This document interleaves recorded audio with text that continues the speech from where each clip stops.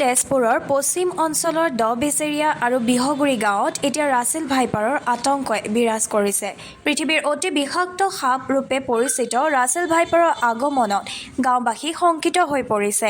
আজি ৭ মাৰ্চতো অসম চৰকাৰৰ বঁটাপ্ৰাপ্ত প্ৰাক্তন অবৈতনিক বন্যপ্ৰাণী ৱাৰ্ডেন তথা সৰ্প বিশেষজ্ঞ সৌৰভ বৰকটকীয়ে দ বেচেৰিয়াৰ শশাংক বৰাৰ ঘৰৰ পৰা এটা ৰাছেল ভাইপাৰ উদ্ধাৰ কৰে। উদ্ধাৰৰ পিছত বৰকটকীয়ে ৰাছেল ভাইপাৰটো নি বন বিভাগক অৰ্পণ কৰে। বন বিভাগক অৰ্পণৰ লগতে বৰকটকীয়ে সাপটো গুৱাহাটীৰ চিৰিয়াখানাত ৰখাৰ পৰামৰ্শ আগবঢ়ায়।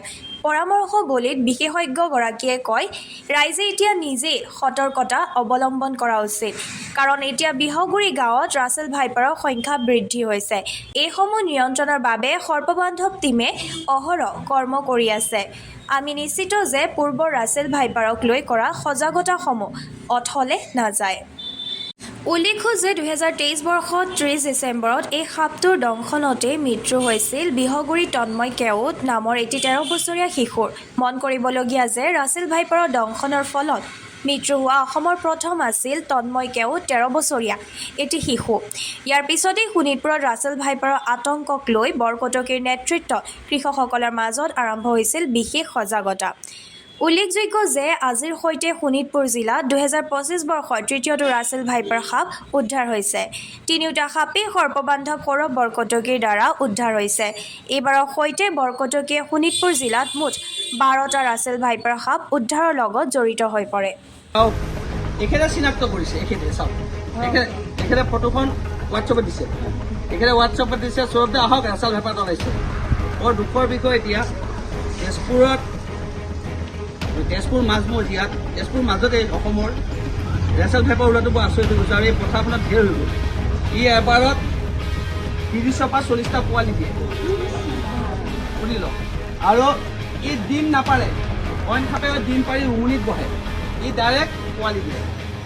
৩০টাৰ পৰা ৪০টা পোৱালি হয়। আৰু এই সাপটো